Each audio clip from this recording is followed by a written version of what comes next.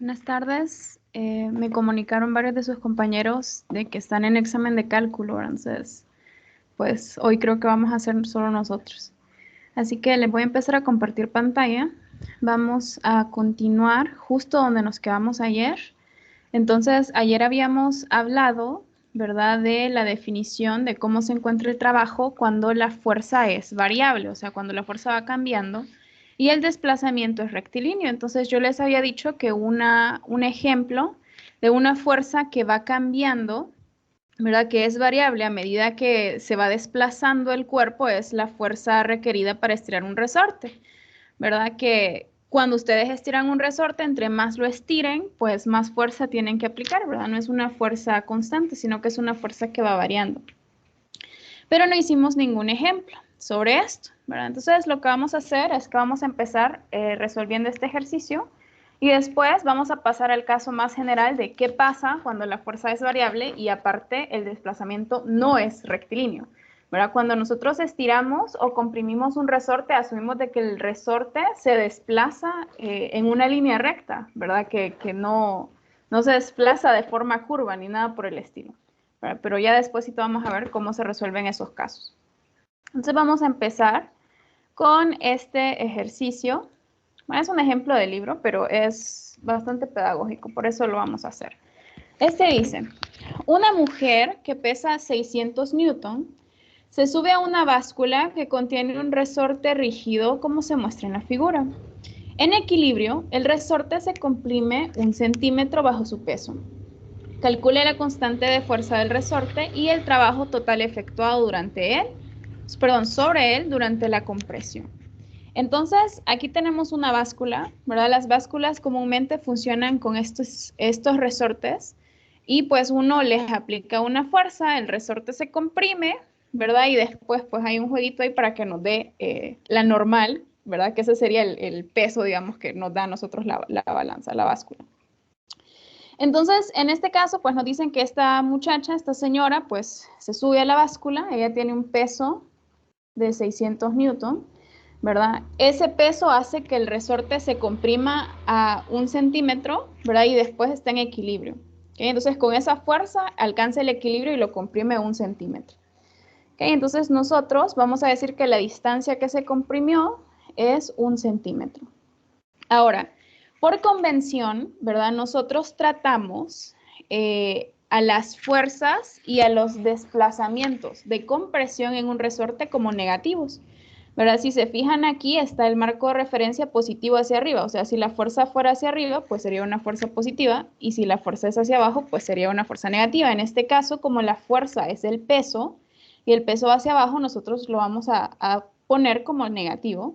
Y el desplazamiento que tiene el resorte, como es de compresión, lo vamos a poner negativo, ¿verdad? Por convención usualmente se toma así. Si el resorte se está comprimiendo, entonces la distancia que se comprime la ponemos negativa y si se estira, pues la ponemos positiva. Es nada más una convención. Claro que ustedes la pueden cambiar y tomarla diferente, ¿verdad? Pueden decir que si se comprime, pues va a ser positivo y si se estira va a ser negativo. Al final eso no importa. ¿Verdad? Entonces, en este caso, nosotros tenemos esta información, ¿verdad? La fuerza aplicada, y yo sé que la fuerza es vertical acá, pero vamos a ponerla como que verticales en X por cuestiones de que sea similar a la definición en la ley de Hooke, ¿verdad? Si le ponemos X o le ponemos Y, pues al final no importa. Entonces, en este caso, la fuerza aplicada que le está haciendo esta persona va a ser el peso de esa persona. Y como nuestro marco de referencia nos dice que si la comprime va a ser negativa, pues esa fuerza va a ser negativa. ¿Okay? Va a ir hacia abajo, negativa, comprimiendo el resorte. Y este X, pues también va a ser negativa porque el resorte se está comprimiendo. ¿Okay? Entonces siempre tomen en cuenta el signo. Cuando se comprime el resorte, pues negativo. Cuando se estira, pues positivo. Y ya, asunto resuelto. Muy bien. ¿Para qué nos dan esta información primero? ¿Verdad? Primero nos dicen que nosotros tenemos que encontrar la constante de fuerza del resorte, porque no sabemos cuánto es. Pero nosotros sabemos que podemos utilizar la ley de Hooke para encontrar la constante del resorte. Entonces, la fuerza aplicada va a ser igual a la constante del resorte por la distancia que esa fuerza aplicada pues está estirando o comprimiendo ese resorte. Entonces, por la ley de Hooke, nosotros podemos despejar para acá, ¿verdad? Y es un despeje muy sencillito. Entonces, vamos a tener que la constante del resorte va a ser la fuerza aplicada sobre la distancia que se estira o que se comprime nuestro resorte. En este caso, pues la fuerza lo está comprimiendo, así que va a ser menos, 600, ¿verdad? No es punto. 600 newtons sobre la distancia que lo comprime, que es menos 1 centímetro. ¿Okay? Al final, pues si ponen esto en la calcu, ¿cuánto da? ¿Alguien me puede decir? 600 entre... Es 600, eso es lo que es positivo.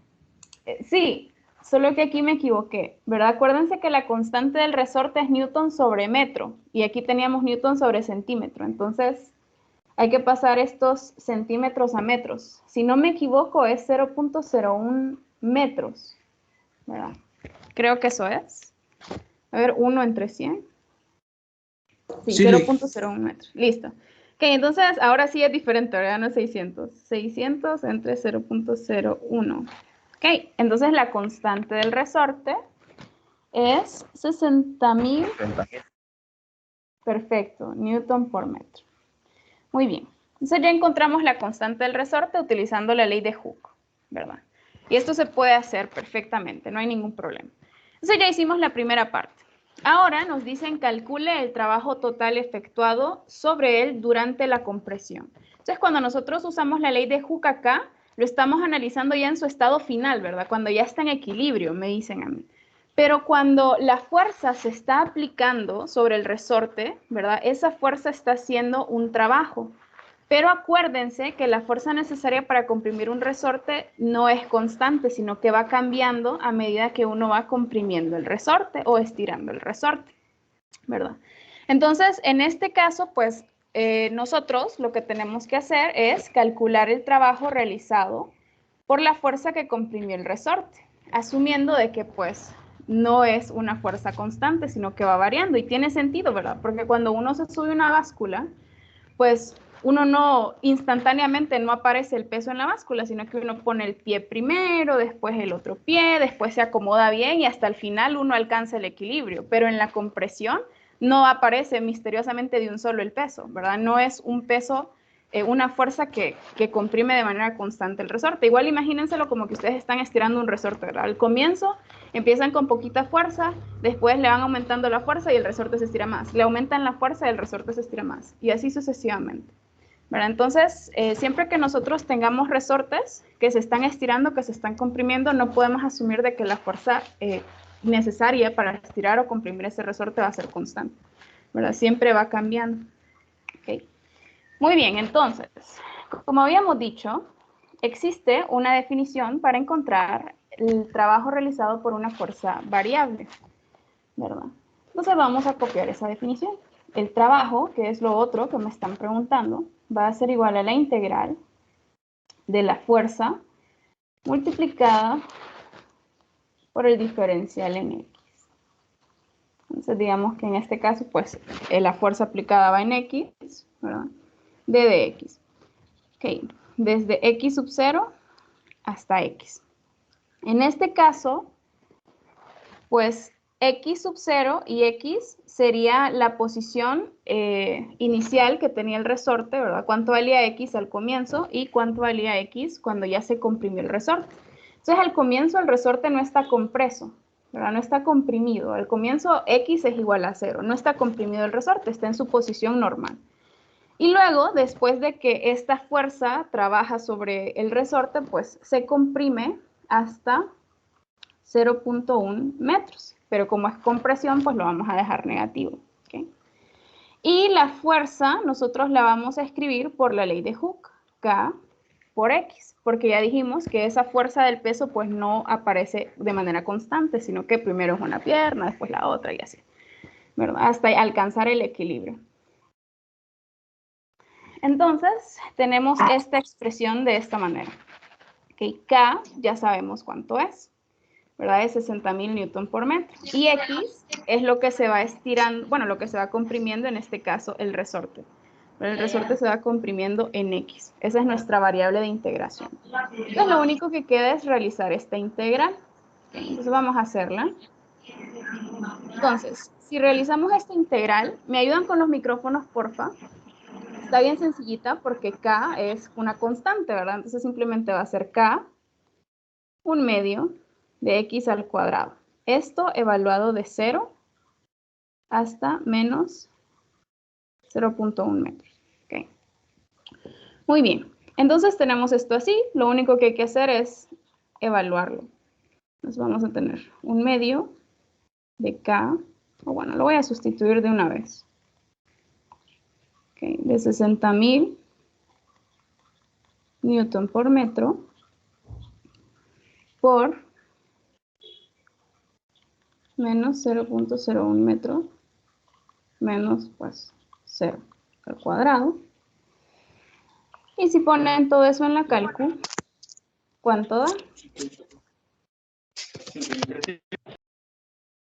No sé si alguien está hablando y diciendo la respuesta o simplemente está activando su micrófono y no le entiendo nada. 3. 3, ok. Entonces, este es el trabajo necesario que necesita realizar. El signo, me hizo falta el signo, lo tengo mal. Está bueno, porque el signo pues queda dentro del cuadrado, ¿verdad? Y cualquier cosa al cuadrado siempre da positivo. Ok. Sí, la respuesta es 3 joules, ¿verdad? Es bien poquito trabajo. Tiene sentido porque solo lo comprimió un poquito, ¿verdad? Entonces, así es como nosotros calculamos el trabajo de una fuerza variable, ¿verdad? Usualmente las fuerzas variables con las que nosotros vamos a tratar, pues van a ser como esta, ¿verdad? De la del resorte. Entonces, siempre que ustedes quieran calcular el trabajo realizado por una fuerza variable, simplemente lo sustituyen por la ley de Hooke, ¿verdad? La fuerza esta va a ser K por X, esa es la fuerza necesaria para estirar o comprimir un resorte, ¿verdad? Lo integran y pues ya obtienen su respuesta, ¿verdad? Es una integral bien sencillita. Y de hecho, si no les gusta estar integrando, pues el libro hace algo que a mí no me gusta, pero les dice, bueno, el trabajo realizado, de verdad, para estirar o comprimir un resorte, pues siempre va a ser 1/2 de K por X final al cuadrado menos 1/2 de K por X inicial al cuadrado. Y les dicen, este es el trabajo que se necesita para comprimir o estirar un resorte desde su posición inicial hasta su posición final. En este caso la posición inicial era 0 porque estaba sin estirar y sin comprimir el resorte y la posición final pues era menos 0.01 metros porque se comprimió, ¿verdad? Pero eso era todo.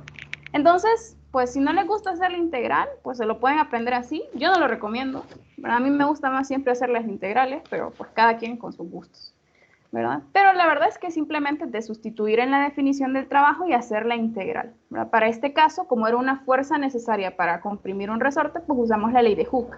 Hay otras fuerzas que tienen forma diferente, ¿verdad? Podemos tener una que la fuerza va a ser F seno de X, ¿verdad? Entonces ahí la integral sería diferente, ¿verdad? Pero la idea es la misma, es siempre pues resolver la integral. Y las integrales, pues no, ustedes no deberían de tener problema con eso. No sé si alguien tiene alguna pregunta sobre este ejemplo que acabamos de hacer. Liga, a mí me llamó algo la atención. Dígame. Es que, por ejemplo, usted al evaluar la integral, creo que debía ir primero menos 0.01 en el límite inferior y en el límite superior 0. Al final siempre da lo mismo por el ejercicio, pero no sé si en todos los ejercicios sería así. Que no importa el límite. En este caso sí, ¿verdad? Yo lo escribí de manera inconsistente, ¿verdad? Solo que acuérdense que usualmente pues aquí va la posición inicial, ¿verdad? Que empieza en la posición 0 y la posición final pues va arriba. Y pues como es de compresión, pues yo lo dejé aquí negativo. ¿Okay? Entonces, sí, matemáticamente me miro un matemático para tirar un zapato en la cara, ¿verdad? Pero simplemente es para ser consistente con la definición, ¿verdad? Al comienzo mi sistema estaba en la posición 0, ¿verdad? X igual a 0, y al final pues estaba en la posición menos 0.01 metros, ¿verdad? Porque está debajo del 0, o sea, se comprimió. Entonces por eso lo dejé así. Claro que si un matemático lo ve va a decir que está incorrecto, que debería de ser pues al revés, ¿verdad? Pero en este caso pues lo que estamos hablando acá son posiciones, ¿verdad? Entonces lo que pasó fue que se comprimió, por eso pues que quedó así, ¿verdad? Al final la respuesta va a ser la misma, creo. No, no va a ser la misma. Quedaría en negativo si lo hacemos de la otra manera, como debe de ser. Correcto. Quedaría negativo. ¿Y de qué manera debemos hacerla? ¿Así como usted la puso ahorita o como normalmente nosotros aprendimos? Así como la puse yo, porque la definición es posición inicial a posición final. La posición inicial es 0, ¿verdad? Del resorte, cuando x es igual a 0, la posición final es 0.01 negativo porque se comprimió. Así pónganlo, justo como está en la definición, ¿verdad? La definición es esto, x1 hasta x2. No importa que no sea correctamente así como dicen los matemáticos, ¿verdad? Que el negativo tiene que ir abajo, o sea, el más pequeño abajo y el más alto arriba. No importa. Al final, pues, así es la definición. Ok, ¿alguien tiene alguna otra pregunta? Siempre colocaríamos K adentro. No, K lo pueden sacar porque es una constante. Lo pueden poner aquí afuera. Sí, no hay ningún problema. O sea, estas integrales ustedes las resuelven como ustedes puedan resolverlas, ¿verdad? Son integrales normales. Okay. ¿Alguien tiene alguna otra pregunta? Ok, pues sigamos. Muy bien, entonces, pues así es como ustedes encontrarían, como les dije, el trabajo realizado por un resorte, ¿verdad? Simplemente utilizando la ley de Hooke. Si no quieren estar haciendo la integral, pues siempre esa integral les va a dar este mismo resultado que está acá. Y solo es de sustituir la posición inicial con la posición final. ¿Okay? Y listo, eso sería todo. Muy bien. Ahora, ¿qué pasa cuando nosotros tenemos fuerzas variables y desplazamientos no rectilíneos, ¿verdad? Porque como les dije, en los resortes, pues uno asume que el desplazamiento del resorte de todas formas es rectilíneo, ¿verdad? Que se estira en una línea recta o que se comprime en una línea recta. Lo que sucede cuando el desplazamiento de nuestro objeto no es en una línea recta, ¿verdad? Sino que se mueve en una curva, por ejemplo. Entonces, ese sería el caso más general y sería el caso más complicado, ¿verdad? Cuando la fuerza es variable y el desplazamiento no es rectilíneo. ¿Cómo se resuelven esos casos? ¿Verdad? La definición es muy similar a la definición de las fuerzas variables. Es siempre una integral. Solo que en vez de utilizar el diferencial d de x, ¿verdad? Porque usualmente nosotros utilizamos x para representar, pues, una sola dimensión, usualmente en horizontal, ¿verdad? No podemos usar d de x, sino que utilizaríamos el diferencial de línea que representa esa trayectoria. Ustedes que están llevando cálculo, ¿verdad? O que llevaron cálculo, se acuerdan que los diferenciales, bueno, nosotros tenemos diferenciales de línea, diferenciales de área y diferenciales de volumen, ¿verdad? Los diferenciales son como un representativo de esa forma, ¿verdad? Entonces, un diferencial de línea me dice cómo es esa línea, ¿verdad? Aunque no tenga la línea completa, con el diferencial yo puedo saber cómo es esa línea, ¿verdad? Si yo tengo un diferencial de área, aunque no tenga todo el área, ¿verdad? Con ese simple diferencial yo puedo tener una idea de cómo es esa área total. Igual para el volumen, ¿verdad? Si yo conozco el diferencial de un volumen, pues ese es un representativo de cómo es todo ese volumen, ¿verdad? Por eso nosotros trabajamos con diferenciales, que son pedacitos, ¿verdad? Que representan pues esa figura que nosotros estamos analizando. Me imagino que eso ustedes lo aprendieron en su clase de cálculo. ¿Verdad? Entonces, en este caso, nosotros vamos a asumir de que las trayectorias, pues son cualquier tipo de trayectoria, ¿verdad? Con tal de que no sea rectilínea.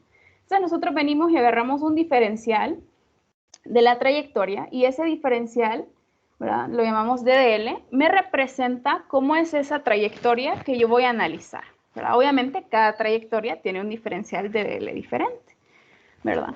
En el caso de que fuera una trayectoria en línea recta, que sería en X, ¿verdad? El diferencial en este caso sería un D de X, ¿verdad? Nada más va en X. Eso es lo que me dice ese diferencial.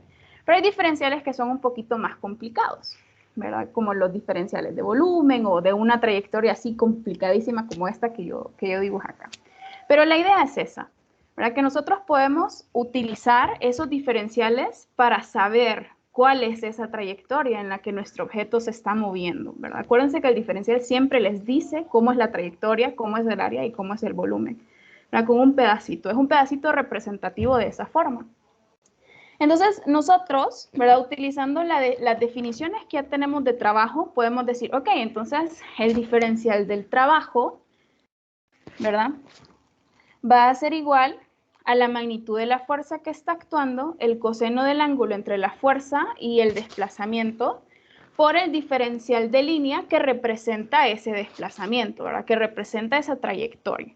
Entonces, al final, nosotros pues podemos escribirlo como que el diferencial del trabajo va a ser igual a la fuerza punto ddl. Acuérdense que los diferenciales pues son vectoriales, ¿verdad? En este caso pues sería un vectorcito. Esto, como estamos tratando con puros diferenciales y nosotros no queremos hacerlo, pues lo podemos integrar, ¿verdad? Entonces la integral del diferencial de W, o sea, del diferencial del trabajo, va a ser el trabajo igual a la integral pues de todo esto, ¿verdad? Porque todas son igualdades. Entonces al final nos queda esta gran expresión en amarillito, ¿verdad? Que el trabajo, cuando tenemos una trayectoria que no es rectilínea, ¿verdad? Y una fuerza que no es necesariamente constante. Claro que esta expresión se cumple para cualquiera, ¿verdad? Por eso es la más general. Pero podemos tener el caso que la fuerza no sea constante, que la trayectoria no sea rectilínea. Bueno, entonces va a ser la integral desde el punto inicial, ¿verdad? Por ejemplo, mi objeto puede empezar aquí en el punto inicial, terminar acá, ¿verdad? Desde el punto inicial hasta el punto final, por la magnitud de f, que podría ser perfectamente algo que va cambiando, ¿verdad? No necesariamente tiene que ser una constante. Lo más sencillo es cuando sí es una constante, pero puede ir cambiando también. Por el coseno del ángulo que hay entre esa fuerza y el diferencial de línea, ¿verdad? Entonces, esto ya es un poquito como complicado de visualizar, pero esta es la idea, ¿verdad? Repito, el diferencial de línea pues va a depender de la forma de la trayectoria que nosotros tengamos. ¿Verdad? Entonces vamos a hacer un ejercicio utilizando esta definición. En el fondo simplemente es de identificar cuál es el diferencial de línea, identificar si la fuerza es constante o es variable y si va variando con respecto a la trayectoria, ¿verdad? Porque si no varía con la trayectoria, pues al final pues me saldría de la integral, ¿no? Porque yo simplemente estaría integrando con respecto a la trayectoria. Entonces sería de identificar esas dos cosas, ¿verdad? ¿Cuál es f? ¿Cuál es el diferencial que me describe la trayectoria que yo estoy analizando? Y obviamente identificar el ángulo entre la fuerza y ese diferencial, ¿okay? Y después simplemente es meterlo acá. Entonces, ¿cómo se resuelven estos ejercicios? Pues vamos a hacer este ejemplo, ¿verdad? Este ejemplo dice: en un día de campo familiar, le piden empujar a su odioso primo Morton en un columpio. El peso de Morton es W. La longitud de las cadenas es R. Y usted lo empuja hasta que las cadenas forman un ángulo θ sub 0 con la vertical. Para ello, usted ejerce una fuerza horizontal variable, o sea, no tenemos fuerzas constantes acá, sino que es variable, que comienza en 0 y aumenta en forma gradual, apenas lo suficiente para que Morton y el columpio se muevan lentamente y permanezcan casi en equilibrio. ¿Qué trabajo total realizan todas las fuerzas sobre Morton? ¿Qué trabajo realiza la tensión T en las cadenas? ¿Qué trabajo efectúa usted aplicando la fuerza F? Ignora el peso de las cadenas y el asiento. ¿Verdad? Entonces lo que nosotros tenemos acá es una situación en la que ustedes tienen a su primito, a hermanito, lo que sea, imagínense a alguien, y lo están empujando en el columpio, ¿verdad? Pero no así como cuando uno odia a nuestros primos y los empuja y que se vayan a la chingada y que miren a ver cómo sobreviven, ¿verdad? Sino que ustedes lo están deteniendo, o sea, ustedes están haciendo una fuerza, siempre agarrando las cadenas con sus manos, ¿verdad? Para moverlo y traerlo de regreso, o sea, no lo dejan a él solito, sino que ustedes siempre están aplicando la fuerza. Y nos dicen que esa fuerza que ustedes están aplicando es horizontal, ¿verdad? Imagínense como que ustedes están moviendo sus brazos de adelante y hacia atrás, o sea, esa es una fuerza horizontal que ustedes están aplicando. Obviamente, la fuerza es diferente dependiendo de la posición en la que esté el niño, ¿verdad? Porque cuando el niño está completamente vertical, ustedes prácticamente no están haciendo ninguna fuerza. Pero cuando el niño ya está un poquito más adelante, ¿verdad? Un ángulo θ, como sale ahí, pues ustedes ya tienen que hacer un poquito más de fuerza para lograrlo mantener ahí. Entonces, la fuerza que ustedes hacen para que este niño, pues, no se balancee solo y salga volando, ¿verdad? Tiene que ser variable dependiendo de la posición en la que esté el niño, dependiendo del ángulo, ¿verdad? Y es interesante si logran ver de que la fuerza va a depender del ángulo a la que se encuentre el niño, porque nosotros vamos a encontrar la forma de la fuerza y en efecto nos va a quedar en términos del ángulo. Pero espero que se lo puedan imaginar así. Entonces, aquí nos preguntan cuál es el trabajo que realizan todas las fuerzas, ¿verdad? El trabajo que realiza la tensión, el trabajo que realiza el peso, el trabajo que realiza la fuerza F. El trabajo que realiza el peso se lo voy a dejar a ustedes de tarea. Y nosotros nos vamos a enfocar en el trabajo que realiza la fuerza de tensión y el trabajo que realiza la fuerza F, o sea, ustedes. ¿Okay? Hablemos un poquito primero con el trabajo que realiza la fuerza de tensión, ¿verdad? Entonces, en esta situación que está acá, ¿verdad? En este dibujito que está acá, pues nosotros tenemos que la tensión siempre apunta hacia el centro del círculo, ¿verdad? Y el desplazamiento pues va a ir siguiendo esta curva que es un arco de círculo. Aquí lo que tenemos es una trayectoria circular, ¿verdad? Más o menos circular, es un arco de círculo. Entonces, si se fijan, cuando el niño está en esa posición, ¿verdad? El DDL va en esta dirección, ¿verdad? Siguiendo el arco de círculo. Cuando el niño está completamente vertical, la tensión es hacia arriba y el DDL es hacia adelante, ¿verdad? No sé si lo pueden visualizar, esto se va moviendo así. Entonces, ¿alguien me puede decir cuánto trabajo creen que va a realizar la fuerza de tensión sobre su primito? Imaginándoselo así y acordándose del movimiento circular que vimos antes. ¿En qué dirección apunta la fuerza de tensión en un movimiento circular? Sería F por seno del ángulo. Sí, correcto, pero responda a mi pregunta. ¿En qué dirección apunta o hacia dónde apunta la tensión en este movimiento, que es un movimiento circular? Acuérdense. Al centro. Hacia el Al centro. centro. Muy bien. La trayectoria, ¿verdad? Siempre va a ir perpendicular a esta fuerza que apunta hacia el centro. ¿Verdad? Acuérdense que la velocidad pues también va en la misma dirección de la trayectoria. Entonces, en movimiento circular, nosotros siempre tenemos una fuerza que tiene que apuntar hacia el centro. En este caso es la tensión, ¿verdad? Si nosotros nos ponemos a analizar, en estos dibujos casi no se nota muy bien, pero siempre que tengamos una situación así como esta, ¿verdad? Que tenemos una cuerda que está levantando algo y ese objeto está en movimiento circular, esa tensión va a ser perpendicular a la trayectoria en ese punto, ¿verdad? Perpendicular al diferencial de línea en ese punto, ¿verdad? Siempre va a ser perpendicular, porque acuérdense que la tensión va hacia el centro, perpendicular a la trayectoria, perpendicular al vector de velocidad. Entonces, si la tensión siempre va perpendicular al diferencial del desplazamiento, ¿cuánto va a ser el trabajo que realiza esa fuerza si la fuerza es perpendicular al desplazamiento? ¿Cuánto es? Cero.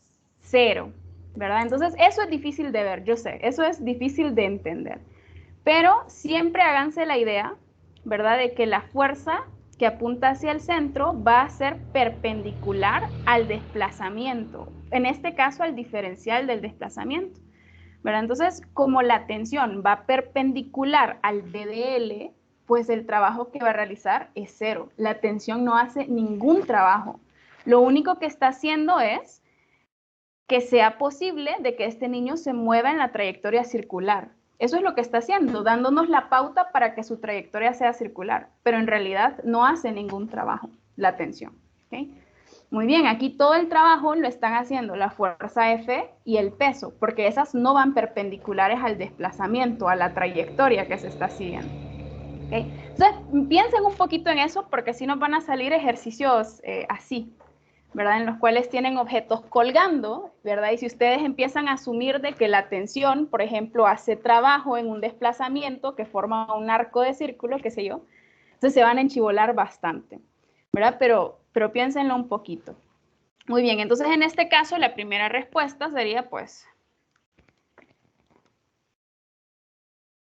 que pues la tensión no hace ningún trabajo, que era la primera pregunta. ¿Por qué? Porque va perpendicular al diferencial del desplazamiento. Entonces la tensión no hace trabajo. porque es perpendicular al diferencial del desplazamiento. Muy bien. Ahora lo que nos interesa, ¿verdad? El trabajo realizado por la fuerza F. Esta sí nos interesa a nosotros. ¿Ok? Ahora, si se fijan, a nosotros no nos dicen cuál es la forma que tiene F. Solo nos dicen que es variable, pero no sabemos en realidad cuánto es F. No sabemos cómo va variando F. Entonces, para hacer eso, tenemos que primero encontrar F, ¿verdad? ¿Cómo vamos a encontrar F? Pues con las siempre útiles leyes de Newton. Entonces, en este caso, pues ya este ejemplo, pues tiene hecho su diagrama de cuerpo libre. Tenemos aquí la tensión, ¿verdad? Que está a un ángulo θ, medido desde el eje Y positivo, ¿verdad? Esta tensión en θ, pues tiene componente vertical, tiene componente horizontal. Tenemos la fuerza F, que siempre es horizontal, que es la que nosotros andamos buscando, ¿verdad? Y el peso que siempre va hacia abajo. ¿Ok? Entonces ya tenemos las tres fuerzas que están actuando sobre el niñito este. Ahora que ya tenemos nuestro diagrama de cuerpo libre, pues hacemos sumatoria de fuerzas en X y en Y. Me dicen que ustedes lo empujan de tal manera de que están casi en el equilibrio. O sea que en ese instante no se está moviendo, ¿verdad? En el instante que se hizo este dibujito, pues se está asumiendo de que no se está moviendo ahí, ¿ok? Hasta que alcanza casi el equilibrio. Eso es lo que dicen ahí. Entonces, como alcanza casi el equilibrio, pues vamos a decir que en este instante en el que nosotros lo estamos analizando, no hay aceleración, ¿verdad? Porque está casi en equilibrio. ¿Ok? Muy bien. Entonces, simplemente vemos nuestro diagrama de cuerpo libre y vemos que tenemos la fuerza F, que no sabemos cuánto es, ¿verdad?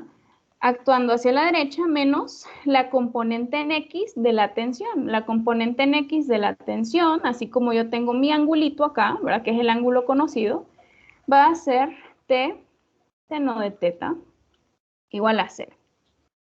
Ahí tenemos aquí la ecuación número 1. Ahora, tenemos un problema, ¿verdad? No podemos despejar de un solo para F, que es lo que nosotros estamos buscando, porque no sabemos cuánto es la tensión. Entonces, como no sabemos cuánto es la tensión, vamos a hacer sumatoria de fuerzas en Y, a ver si ahí sí lo encontramos. Sumatoria de fuerzas en Y, de nuevo va a ser 0, porque acuérdense que estamos asumiendo de que estamos en equilibrio, casi en equilibrio, eso es lo que dicen ahí.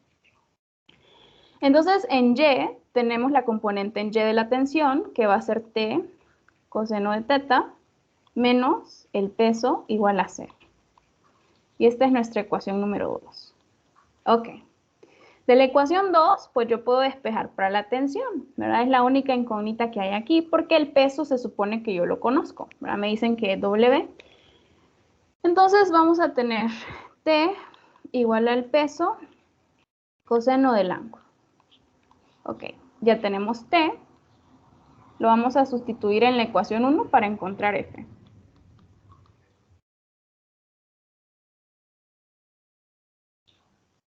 Okay.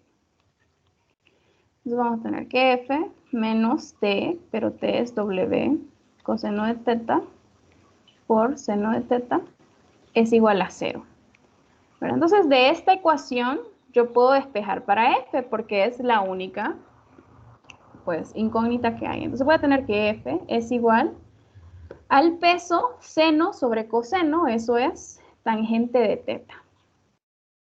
Entonces, si se fijan, me queda F en términos del ángulo, ¿verdad? El peso del guirrito pues siempre es igual, no cambia, ¿verdad? El peso de él no va a cambiar, pero el ángulo, cuando ustedes le están empujando, eso sí va a cambiar. O sea que F va a cambiar con respecto al ángulo. Entonces, esta expresión que nosotros encontramos tiene sentido, ¿verdad? Porque nos dicen que F va cambiando, que comienza en 0 y va aumentando, ¿verdad? Que va variando. Entonces, ya encontramos cómo es que varía F, ¿verdad? Porque al comienzo no nos dicen nada, solo nos dicen es variable, pero a saber cómo es que es variable, ¿verdad? Entonces, ahora que ya encontramos F, pues ya sabemos que F va a cambiar proporcionalmente a la tangente del ángulo. Si el ángulo cambia, pues F va a cambiar, ¿verdad? Si el ángulo es 0, entonces pues ustedes no hacen tanta fuerza. Y si el ángulo es ya diferente de 0, pues la fuerza va a ir cambiando con respecto a ese ángulo. ¿Okay? Entonces ya sabemos cómo va a variar F, que era lo que no sabíamos. Ahora que ya encontramos cómo va a variar f, o sea, cuánto es f, que es variable, ya lo dije y lo voy a repetir otra vez por si a alguien todavía no le cae el 20, f cambia con respecto a teta, ¿ok? No es lo mismo siempre, depende de teta. Ahora que ya sabemos cómo cambia f, nos toca encontrar el trabajo que realiza f a lo largo de esta trayectoria, ¿verdad? Y este niño no se mueve horizontalmente, sino que se mueve siguiendo una trayectoria curva, siguiendo un arco de círculo, ¿ok? Eso es importante recordar. Entonces, antes de que avance, ¿alguien tiene alguna pregunta de cómo encontramos f y por qué f depende del ángulo? Sigamos, pues. Muy bien. Ahora que ya sabemos que f depende del ángulo, ¿verdad? Nosotros tenemos que encontrar el trabajo realizado por f. Entonces me voy a venir aquí a la definición, ¿verdad? Entonces tenemos que el trabajo realizado por una fuerza en una trayectoria no rectilínea va a ser igual a esta integral. Puede ser cualquiera de estas también, ¿verdad? Pero voy a utilizar la primera.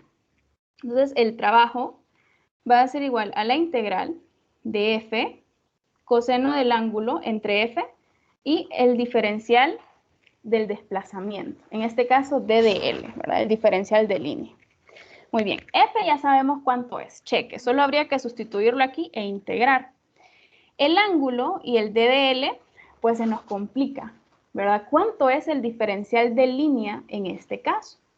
Pues nosotros podemos observar que la trayectoria esta es un arco de círculo, ¿verdad? Y está representado por una letra S, esta trayectoria que está siguiendo este niño. Si ustedes se acuerdan de su clase de 111 de geometría y trigonometría, ¿cómo encontrábamos nosotros cuánto era la longitud de un arco de círculo? ¿Alguno de ustedes se acuerda? Porque lo necesitamos ahorita. Creo que era un medio por la medida del ángulo del arco menos la medida del ángulo central, algo así creo que es. Ok. No, había una mucho más sencilla que esa, ¿verdad? Entonces, Pues por no sé, ejemplo... no sé, Liga, ahí sí. Okay. Si este es mi arco de círculo, ¿verdad? El radio del círculo es R y este es el ángulo teta, pues este arco de círculo es teta R. ¿Okay? Así de facilito. Así se encontraba la longitud de un arco de círculo. Entonces nosotros podemos decir, ok, en este caso el d de L va a ser el diferencial de un arco de círculo, ¿verdad? Porque la trayectoria que sigue es la de un arco de círculo. Y yo sé que un arco de círculo se puede encontrar conociendo el ángulo, ¿verdad? Y conociendo el radio. Entonces, si yo saco el diferencial de esta expresión, que es para encontrar la longitud de un arco de círculo, voy a obtener que el diferencial de S va a ser R, que es una constante, que es la longitud de las cadenas, por el diferencial en teta. Y me queda fantástico, porque acuérdense que f depende de teta, ¿verdad? Entonces ya queda consistente mi integral para que yo pueda realizar la integración. Entonces, en este caso, ¿verdad? Nuestro diferencial de línea va a ser r d de teta. Lo que varía en este movimiento es teta, ¿ok? Por eso vamos a integrar con respecto a teta. Ok, y así fue como nosotros sacamos el diferencial de línea, en este caso. Así que voy a reemplazar todos mis valores conocidos. Entonces voy a tener f, que es w tangente de teta, por el coseno del ángulo entre f y el diferencial de línea. Ok, entonces no sé si se fijan, lo voy a hacer zoom acá, en la foto, porque ya nos lo dan, ese teta, porque si no sería súper difícil de identificar. Entonces, si se fijan, voy a borrar esto. Acá, ¿verdad? A nosotros nos dicen que el ángulo que va formando el diferencial de línea con respecto a una horizontal es teta, ¿verdad? Tiene sentido. Cuando este diferencial de línea, o sea, cuando el niño está acá, el ángulo teta es 0 y pues no hay ningún ángulo de diferencia entre la horizontal y el diferencial de línea. Pero a medida que va aumentando el ángulo, pues este diferencial de línea también se va curvando, o sea, va subiendo, ¿verdad? Y la cantidad que va a subir va a ser la misma cantidad de este ángulo teta. O sea que el ángulo que hay entre el diferencial de línea y la horizontal es teta. Como su fuerza siempre es horizontal, ¿verdad? aquí siempre va a ir f de manera horizontal, entonces el ángulo entre el diferencial de línea y f va a ser teta. En este caso el ejercicio ya nos lo daba. Ahora solo tenían que observar bien la imagen. Así que el ángulo entre la fuerza y el diferencial de línea va a ser también teta. Disculpen, va pasando un camión. Por el DDL, que ya dijimos que como es una longitud de arco lo que está recorriendo, pues el DDL va a ser R d de teta. ¿Ok? Y ya podemos resolver esta integral. ¿Ok? Entonces, aquí lo difícil, evidentemente, es identificar cuál es el DDL, ¿verdad? Identificar cuál es la fuerza e identificar cuál es el ángulo que hay entre la fuerza y el diferencial de línea, porque para cada ejercicio es diferente. Entonces aquí pues podemos sacar algunas cosas, ¿verdad? El peso es constante, R es constante, ¿verdad? Tangente de teta por coseno de teta, eso se puede simplificar, ¿verdad? Entonces voy a hacer todas esas simplificaciones.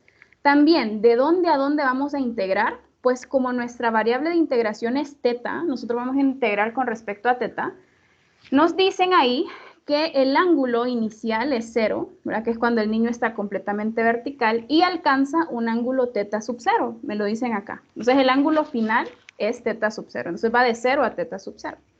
Entonces podemos reescribir esta integral para que me quede más bonita. Entonces va a ser el peso R, que son constantes, de 0 hasta teta sub 0.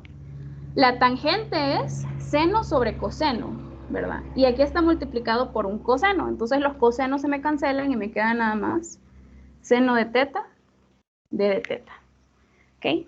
Simplemente simplificando todo este choricero que está acá. La integral del seno, pues es una de las integrales conocidas. ¿Cuánto es la integral del seno? Menos coseno. Menos coseno, ¿verdad? Evaluado de 0 hasta teta sub 0. Entonces, si hacemos esto, pues va a quedar el peso por la longitud de las cadenas, ok, menos el coseno de teta sub 0, menos el coseno de 0. ¿Cuánto es el coseno de 0? 1. Entonces, al final nos va a quedar que el trabajo realizado va a ser el peso R, aquí me queda menos 1, ¿verdad? Por menos, eso me da positivo 1, menos coseno de teta sub 0. Y este es el trabajo que realiza la fuerza F sobre este niño en una trayectoria curva.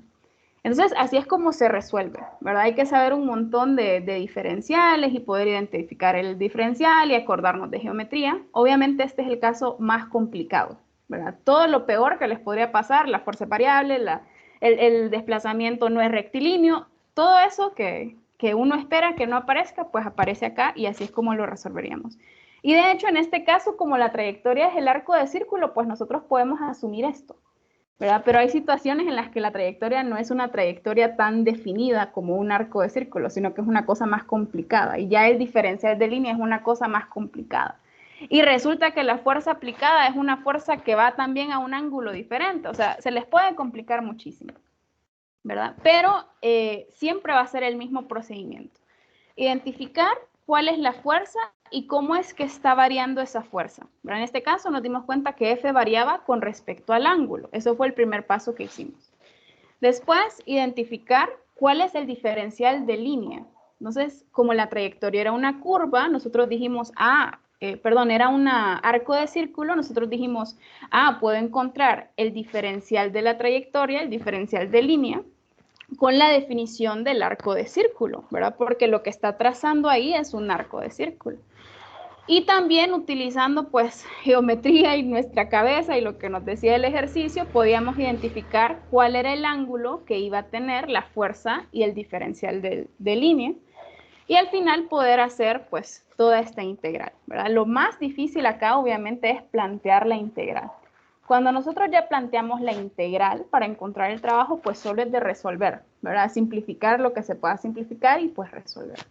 Y este sería el procedimiento que ustedes tendrían que tomar. ¿Les va a salir uno así en el examen? ¿Quién sabe? Probablemente no, ¿verdad? Porque estos casos pues sí son un poco complicados, y hay que saber bien nuestro cálculo, ¿verdad? Si tenemos conflictos integrando y así, pues se puede enchivolar uno, pero por lo menos ya tienen la idea de cómo es que se resuelve. Y no sé si alguien tiene alguna pregunta sobre este ejercicio. Me imagino que muchos tienen muchas preguntas, pero este es un ejemplo que está en el libro, ¿verdad? Es el ejemplo 6.8. Y en el libro, pues lo explican de una manera diferente, ¿verdad? Yo tengo mi manera de explicar y de hacer las cosas, el libro lo hace un poquito diferente, entonces si gustan lo pueden volver a ver en el libro para que entiendan bien el procedimiento, ¿verdad? Obviamente cada sistema va a tener una integral diferente, ¿verdad? Un diferencial de línea diferente dependiendo de cómo es el fenómeno que ustedes estén analizando.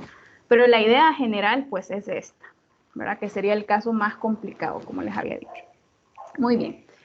Lo último que vamos a ver, y lo vamos a ver muy rapidito, porque esto pues no requiere tanto, es la definición de potencia. Bueno, entonces, ¿qué es la potencia? La potencia es la rapidez con la que se efectúa el trabajo. Entonces, nosotros hemos estudiado el trabajo, ¿verdad? El trabajo realizado por una fuerza o el trabajo neto que actúa sobre un objeto que se está desplazando. Ahora, la potencia nos dice qué tan rápido se efectúa ese trabajo, ¿verdad? Porque el trabajo en realidad no le importa cuánto tiempo se tarda esa fuerza en realizar el trabajo. Simplemente nos dice realizó tanto de trabajo, pero no nos dice cuánto tiempo se tardó ni nada por el estilo. Entonces, la potencia es esa cantidad que sí nos dice, ¿verdad?, qué tan rápido se efectúa el trabajo. Por ejemplo, yo tengo estas dos animaciones acá. Supongamos que las pesas son iguales, ¿verdad? Tienen el mismo valor, las dos pesas son la misma pesa, ¿verdad? Pero esta muchacha y la distancia que recorren las pesas es la misma también, ¿verdad? La distancia que ellos la levantan y la bajan es la misma distancia. Entonces, si se fijan, la muchacha de arriba realiza el trabajo, o sea, desplaza las pesas mucho más rápido que este señor de aquí abajo, que este muchacho de aquí abajo. ¿Cuál de estos dos tiene más potencia, digamos, en los brazos? ¿Cuál realiza el trabajo más rápido? ¿Alguien me puede decir? La mujer. La mujer, ¿verdad? Como siempre. No, no es cierto. Pero la mujer en este caso es más potente, ¿verdad? Realiza el mismo trabajo, pero lo hace más rápido. También, por ejemplo, esto de la potencia se puede ver bien en la tecnología, ¿verdad? Por ejemplo, ustedes tienen una cuesta que es un poco empinada, ¿verdad? Tienen un carro viejito, viejito, que no es tan nuevo, y tienen un carro nuevo, ¿verdad? 2022, un motor gigantesco y así. El trabajo es que ambos carros suban la cuesta. Pues el carro grande probablemente va a subir la cuesta rapidísimo, ¿verdad? En un santiamén va a subir la cuesta, ni le va a costar. El otro carrito, que es más viejito, va a ir ahí un poco despacio, pero eventualmente va a subir la cuesta, ¿verdad? Los dos efectuaron el mismo trabajo de subir la cuesta. Obviamente uno lo hizo más rápido que el otro. Uno es más potente que el otro. El carro más nuevo es más potente que el carro más viejo. Puede realizar el mismo trabajo en la menor cantidad de tiempo, y eso se puede ver con los electrodomésticos también. Por ejemplo, ustedes tienen una batidora de 1950 y tienen una batidora del 2021, ¿verdad? Van a batir los mismos huevos y probablemente van a llegar al mismo punto, pero con la nueva batidora lo van a hacer mucho más rápido que con la vieja, porque la nueva es más potente, ¿verdad? Entonces, eso es lo que nos dice la potencia. ¿Cuál es la rapidez con la que se efectúa el trabajo? La potencia se definió, ¿verdad? En este caso empezamos con la potencia media. La potencia media es el trabajo realizado sobre el tiempo que se tarda, ¿verdad? Entonces ustedes calcularían el trabajo que se realizó y después simplemente lo dividen entre el tiempo que se tardó en realizar ese trabajo y ustedes ya obtienen la potencia media. También podemos hablar sobre la potencia instantánea, ¿verdad? Similar a lo de la velocidad y la rapidez. Entonces la potencia instantánea va a ser cuando delta T, o sea, el tiempo en el que se realiza el trabajo. El trabajo es muy pequeñito. Entonces sería la derivada del trabajo con respecto al tiempo, ¿verdad? Y eso sería la potencia instantánea. ¿Y cuáles son las unidades de la potencia? Pues son los watts, ¿verdad? Los watts es lo mismo que joules sobre segundos, porque el trabajo es en joules y pues el tiempo es segundos. En el sistema internacional, también para potencia se utilizan otras unidades, ¿verdad? Como los caballos de fuerza. En inglés, horsepower, por eso es HP, ¿verdad? Y un horsepower, un caballo de fuerza, es aproximadamente 746 watts. También hay otras unidades del sistema británico, ¿verdad? Pero ustedes pueden leer más sobre eso en el libro, ¿verdad? Pero nosotros usualmente vamos a trabajar en watts, para la potencia. Y la última definición de la potencia, pues, se escribe utilizando los vectores fuerza y vector velocidad, ¿verdad? Obviamente, la potencia tiene algo que ver con la fuerza y con la velocidad en la que se efectúa ese trabajo, ¿no? Entonces, lo podemos escribir de esta manera. Yo no hice la demostración por cuestiones de tiempo, pero es una demostración cortita que está en la página 194. Yo les recomiendo que la vean para que vean de dónde sale esta expresión, ¿verdad? Pero al final, pues con cualquiera de estas, ustedes pueden encontrar la potencia, ¿verdad? En el fondo es la rapidez con la que se efectúa el trabajo. Claro que con este producto punto, pues ustedes también pueden tratar con las magnitudes, ¿verdad? Entonces, por eso les digo que revisen la página 194, que ahí habla más sobre eso. Al final, los ejercicios de potencia, ¿verdad? Lo complicado de los ejercicios de potencia a veces es encontrar, por ejemplo, la fuerza, encontrar la rapidez, ¿verdad? Encontrar el trabajo. ¿Y cómo hacemos eso? Pues con nuestro conocimiento anterior. A veces nos toca usar las leyes de Newton para encontrar la fuerza y poderla meter ahí en esa ecuación de abajo. A veces nos toca utilizar la definición del trabajo para encontrar el trabajo realizado y meterlo aquí en la definición de potencia media. A veces nos toca utilizar el teorema trabajo-energía para encontrar el trabajo y meterlo acá, ¿verdad? Nosotros tenemos un montón de métodos para encontrar fuerzas, para encontrar velocidades, para encontrar trabajo. Y al final, pues simplemente de meterlo en las definiciones de potencia. Usualmente dividirlo entre tiempo y asunto resuelto, ¿verdad? Entonces, por cuestiones de tiempo, pues ya no queda más chance de que hagamos ejercicios, ¿verdad? Pero si quieren, pueden trabajar el fin de semana en el 652, que era uno que iba a hacer acá, y el 648. Igual lo vamos a hacer después, pero por si quieren ir avanzando. Son ejercicios de potencia, ¿verdad? Y no son tan difíciles.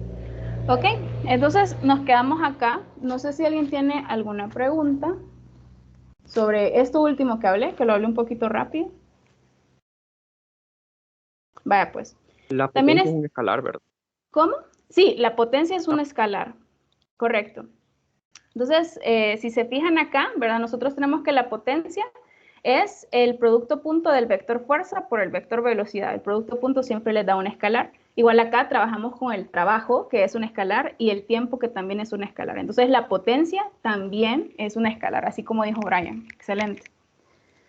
No sé si alguien tiene alguna otra observación, pregunta, sugerencia. Ok, entonces nos quedamos acá. Ah, por cierto, me preguntaron sobre un ejercicio de la tarea que habla sobre el peso aparente, ¿verdad? Entonces, el peso aparente es cuando un sistema está sometido a una aceleración o a una fuerza y eso hace como que el peso sea diferente, o sea, se sienta diferente a como en realidad es. Por ejemplo, cuando ustedes están en el agua y cargan a alguien, ¿verdad? Esa persona pareciera como que es más ligera de lo que en realidad es. Y eso es porque hay una fuerza en el agua que está empujando a esa persona hacia arriba. Y por eso cuando ustedes la cargan, pues no están cargando por completo el peso de esa persona. Y parece como que su peso es menor. Eso es un peso aparente.